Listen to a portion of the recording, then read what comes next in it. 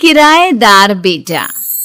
उठ जा नालायक, सुबह के 8 बजने को है। तुझे एग्जाम नहीं देना क्या? थोड़ी देर और सोने दीजिए ना पापा। तू उठता या फिर मैं तेरे ऊपर पानी फेंकूं? रोज गधों की तरह सोता रहता है। पेपर की कोई टेंशन ही नहीं है। और एक हमारा समय था जब हम पेपर में फेल होने के डर से रात भर पढ़ा करते थे, सो ही नहीं पाते थे। तो क्या आप उसका बदला मुझसे लेंगे? मैं 15 मिनट बाद उठ जाऊंगा, आप प्लीज जाइए, मुझे डिस्टर्ब मत कीजिए। इतना कहकर रौनक रजाई ढककर फिर से सो जाता है। तू वैसे नहीं मानेगा, रुक मैं अभी पानी लेकर आता हूं। बस फिर क्या था, इतना कहकर वो भागते हुए बाथरूम में जाते हैं और पानी की एक बड़ी सी बाल्टी लाकर रौनक के ऊपर फेंक देते हैं।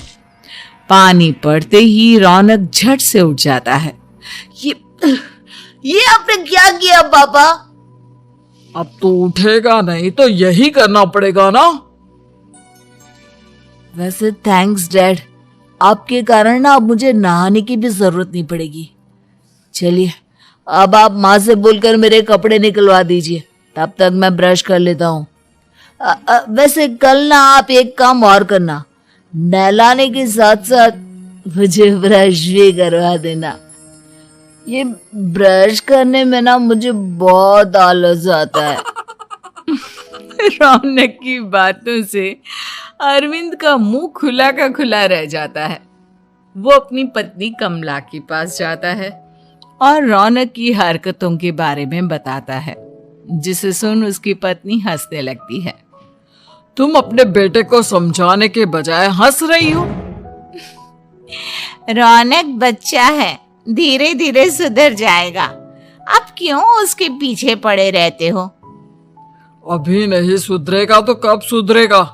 10वीं क्लास में है रौनक, वो अब कोई बच्चा नहीं रहा। अरविंद की इतना बोलते ही वहां रौनक भी आ जाता है। क्या डैड, मैंने आपको एक काम दिया था, वो भी नहीं हुआ आपसे। अरे क्या हुआ बेटा? माँ, मैंने डैड से बोला था कि वो आपको बोलकर मेरे स्कूल की यूनिफॉर्म निकाल दे, लेकिन मेरे पीछे पड़ने के अलावा इनसे एक काम ढंग से नहीं होता। देख रही हो कमला, देख रही हो अपने लाडले को? अरे आप चुप रहिए जी। चलो बेटा, मैं तुम्हें कपड़े निकाल कर दे देती हूँ। बस ऐसे ही साल पर साल बीतते जाते हैं, लेकिन रौनक के रवैये में कोई बदलाव नहीं आता। वो पहले से भी ज्यादा आलसी और पूरी तरह अपने माता पिता पर निर्भर हो जाता है।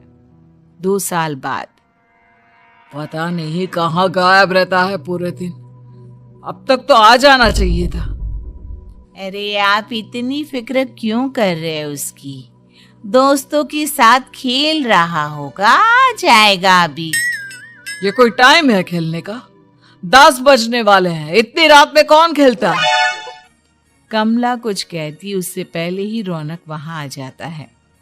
मम्मी जल्दी से खाना लगा दो, बहुत भूख लग रही है। तुम्हें तब तक खाना नहीं मिलेगा जब तक तुम बता नहीं देते कि इतनी रात गए कहां से आ रहे हो। ओ प्लीज डैड, अब आप एसी पे प्रद्युमन बनकर मेरे सर पर बंदूक लेकर मत बैठ जाना। अपनी फालतू की बकवास बंद कर और बता कहां से आ रहा है। माँ अब समझाइए ना डैड को। बता देना बेटा, इनको भी तसल्ली हो जाएगी। आप बोल रही हैं तो बता देता हूँ, मैं दोस्तों के साथ मूवी देखने गया था, इसलिए देर हो गई। तो इन सब चीजों में मेरे पैसे उड़ाता है। कभी 1 रुपया कमाने के बारे में सोचा है तूने? जब देखो हवा की तरह पैसे उड़ाता रहता है। माँ अब आप इन्हें चुप करा दीजिए, वरना ना मुझे गुस्सा आ जाएगा। अच्छा क्या कर लेगा? बता ना क्या कर लेगा तू? वैसे बात तो ठीक ही है, मैं कर ही क्या सकता हूँ। पैसे तो फिर भी मैं आपसे ही मांगूंगा ना। चलिए अब ये सब बात छोड़िए और मम्मी मेरे लिए खाना लगा दीजिए। अभी लगा देती हूँ बेटा। मैं बता रहा हूं कमला, एक दिन ये ऐसे ही बिगड़ जाएगा। ओफो, आप क्यों इतना पीछे पड़े रहते हो मेरे बच्चे के? बाद की बात में देखेंगे, अभी आप शांति से उसे खाना खाने देंगे। अगले दिन, डैडी मुझे 10,000 रुपए चाहिए। हाँ? अब इतने पैसे क्यों चाहिए तुझे? डैड आप बिना सवाल किए कभी पैसे नहीं दे सकते क्या? जब तक तू बताएगा नहीं तुझे पैसे भी नहीं मिलेंगे। अरे अब आप अपने बेटे को पैसे भी नहीं दे सकते? नालायक, तेरी उम्र के लोग नौकरी करते हैं और एक तू है जो नौकरी करने का नाम ही नहीं लेता कभी। आप लोगों के होते हुए भला मैं नौकरी क्यों करूं? अरे हम कब तक पैसे देंगे तुझे? तुझे भी तो अपने पैरों पर खड़ा होना होगा ना। कौन सा उधार के पैरों पर खड़ा हूं? अपने ही तो पैरों पर खड़ा हूं मैं। इसी तरह रौनक दिन प्रतिदिन लापरवाह होता जाता है। उसकी लापरवाही को देखते हुए अरविंद और कमला अपने बेटे की शादी कराने का फैसला लेते हैं और 1 महीने के अंदर अंदर ही रौनक की शादी मेघा नाम की लड़की से करा देते हैं। शादी के कुछ दिन बाद, रौनक मुझे एक अच्छी सी साड़ी चाहिए, आप ला दोगे ना? हाँ क्यों नहीं। कितने तक की आती है साड़ी? यही करीब 5,000 तक की। तुम चिंता मत करो, मैं आज ही डैडी से पैसे मांगकर तुम्हारे लिए साड़ी ले आऊंगा। आप कब तक ऐसे ही अपने पापा से पैसे मांगते रहेंगी? कोई अच्छी सी नौकरी क्यों नहीं कर लेते आप? अरे डैड के होते हुए मुझे नौकरी करने की जरूरत ही क्या है? पर आप ऐसे कब तक उनसे पैसे मांगते रहेंगे? कुछ आपको अपने दम पर भी तो करना होगा ना। अब तुम भी बाकी लोगों की तरह मुझे ज्ञान देना शुरू मत कर देना। साड़ी चाहिए ना तुम्हें, मिल जाएगी बस। इतना कहकर रौनक अपने पिता से पैसे मांगने चला जाता है। डैडी मुझे 5,000 रुपया चाहिए। अब 5,000 क्यों चाहिए तुझे? वो मेघा को साड़ी चाहिए थी। अरविंद आगे बिना कुछ कहे चुपचाप उसे पैसे निकाल कर दे देता है। कुछ दिन बाद, तुम्हें नहीं लगता कमला, रौनक हम पर पहले से भी ज्यादा डिपेंड हो गया है? मुझे तो अब उसके भविष्य की चिंता होने लगी है। कल को हमें कुछ हो गया तो वो क्या करेगा? काश तुमने पहले ये सोच लिया होता तो आज हमारा बेटा इतना लापरवाह नहीं होता। तब मुझे कहाँ पता था कि मेरा लाड प्यार उसे इतना बिगाड़ देगा कि वो इस हद तक लापरवाह बन जाएगा। कोई बात नहीं, अभी भी देर नहीं हुई। मुझे पता है उसे कैसे सुधारा जा सकता है। कैसे? अरविंद कुछ कहता उससे पहले रौनक वहां आ जाता है और पैसों के लिए हाथ फैलाने लगता है। डैड, मैं और मेघा बाहर घूमने जाना चाहते हैं। अरे वाह, ये आज सूरज कहाँ से निकला है? Dad please. अच्छा चलो अब मुद्दे की बात करो। मुझे अब 25,000 चाहिए। अब तुम्हें 1 रुपया भी नहीं मिलने वाला। अगर तुम्हें पैसों की इतनी ही जरूरत है तो कोई ढंग की नौकरी कर लो। मम्मी आप कुछ कहिए ना डैड को। बेटा वो गलत क्या बोल रहे हैं? ये सब हम तेरे भले के लिए ही तो कर रहे हैं। मम्मा मैंने बताया ना आपको, मुझे नहीं करनी कोई जॉब वॉब। तो ठीक है, निकल जाओ हमारे घर से। तुम्हारे जैसे लोगों के लिए मैंने ये घर खड़ा नहीं किया है। जितना ये घर आपका है ना, उतना ही मेरा भी है। मैं कहीं नहीं जाने वाला। जाना तो पड़ेगा ही तुझे, क्योंकि अब मैं तेरा कोई भी खर्चा नहीं उठाने वाला। ठीक है, मत उठाइए मेरा खर्चा। मैं अपने दम पर भी जी सकता हूँ। तो बेशर्मों की तरह अब तक यहाँ क्यों खड़ा है? अपना सामान ले और निकल जाए यहाँ से। रौनक पैर पटकते हुए वहां से चला जाता है। घर से निकालना जरूरी है क्या उसे? बिना पैसों के कौन रखेगा उसे किराए पर?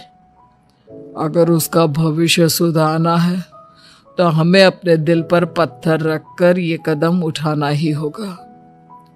दोनों बात कर रहे होते हैं कि रौनक अपनी पत्नी के साथ एक बड़ा सा बैग लेकर घर से निकल जाता है, लेकिन घर से बाहर उसे कोई भी मुफ्त में अपने घर किराए पर नहीं रखता।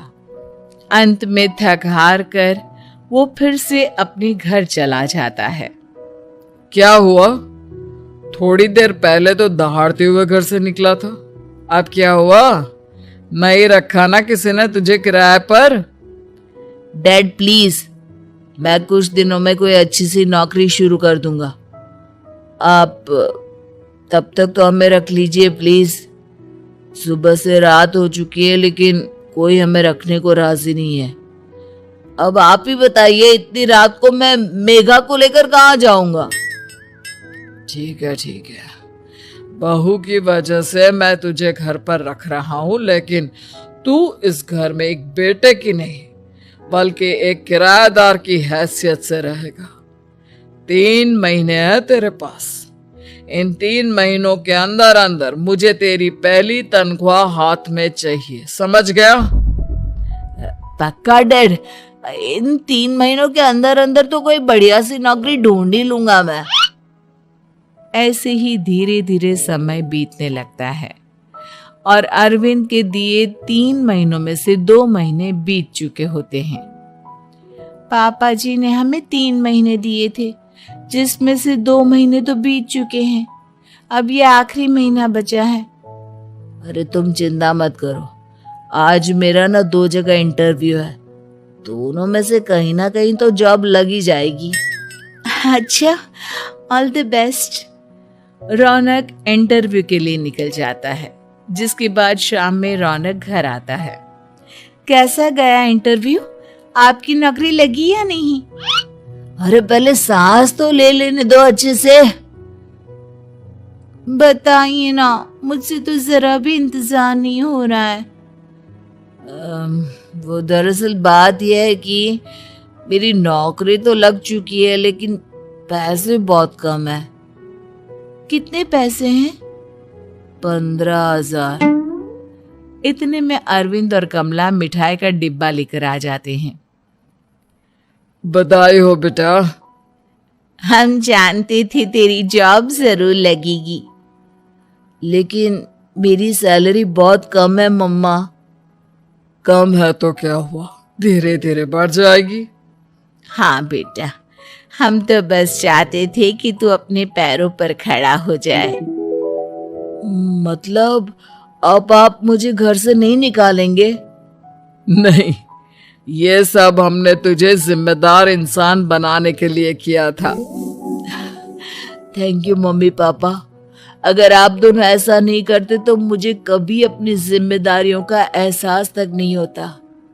आज आपने मुझे सिखा दिया कि इंसान का अपने पैरों पर खड़ा होना भी जरूरी होता है।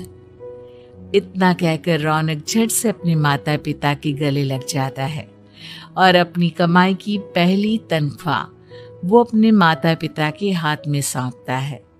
इस तरह रौनक एक गैर जिम्मेदार व्यक्ति से एक जिम्मेदार व्यक्ति बन जाता है।